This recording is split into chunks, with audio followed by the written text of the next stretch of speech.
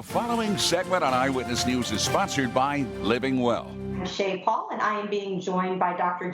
Chapman from Living Well. Dr. Chapman, as always, it's a pleasure to have you with us today.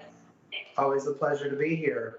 We're going to continue our discussion today about ways that we can improve our appearance, and we can make ourselves look fresher and maybe even a little younger in the process. I know we've discussed bright eyes, we've discussed luscious lips. So now we're going to talk about the temples and the jawline, correct? Correct. Okay. So if anyone's been to see me, they know that filler is one of my favorite things to do, and I feel like so much can be done with a little bit of filler here and a little bit of filler there to really make the face look more youthful and maintain authenticity.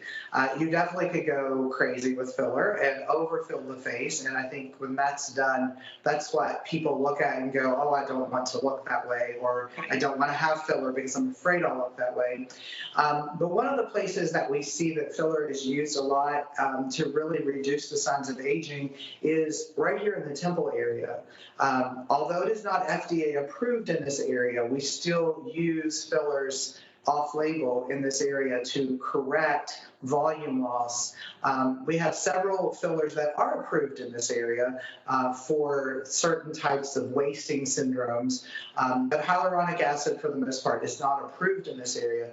But we have done it so long, just as we used Botox for years in areas where it wasn't approved, that there are safe ways to do this. One of those areas is the temples. We see a lot of wasting in the temple as we begin to age, especially if the person is very active, aggressively working out, or has lost a large amount of weight.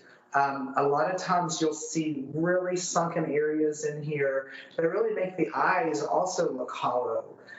We can take a little bit of Voluma and just a simple injection on the side right above the lip of the brow bone.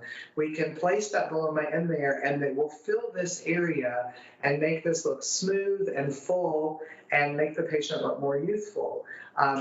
Also, by filling in this area, you're actually lifting all of the skin all the way down to the jawline. So it's part of what I do to make the jawline sharper, which is a segue into another area that we treat that's off-label, but I think soon to be on-label.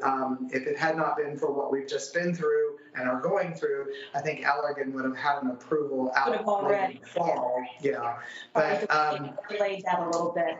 I hear that that's rumored to come out soon. So the jawline is where all the buzz is. And if you do any internet searches, or if you're out there and searching filler, you'll see that this area right here is a very common area now that we're using filler to help with the jowling around the mouth, and also just to create a sharper jawline. Men like to have a more square jaw. Okay. Yeah, men like to have a more square jaw. Women like to have a more angular jaw. And so we're working on that in our aesthetic procedures now to create those types of appearances. Simple injections right back in the back. We can make a nice difference in the jowling just by putting that filler back into this area here. It almost anchors and pulls the skin back. So if you're lifting here and pulling back here, you can see how easy it is to get a nice a lift on that tissue. There's so great non-surgical and less invasive option or alternative to a facelift. That's exactly what I was going to say. 90% of what we see now can easily be corrected with filler, and you don't have to undergo surgical procedures to have these things done. That has to be everyone. Yeah, you don't have the downtime, you don't have the risk of infection and things like that. So, with the fillers, we're able to do subtle things to make a big difference in the appearance of these angular areas and these hollow spaces that we have in the skeletal structure. So it's a very easy thing to do. The procedure takes probably less than 10 minutes to do.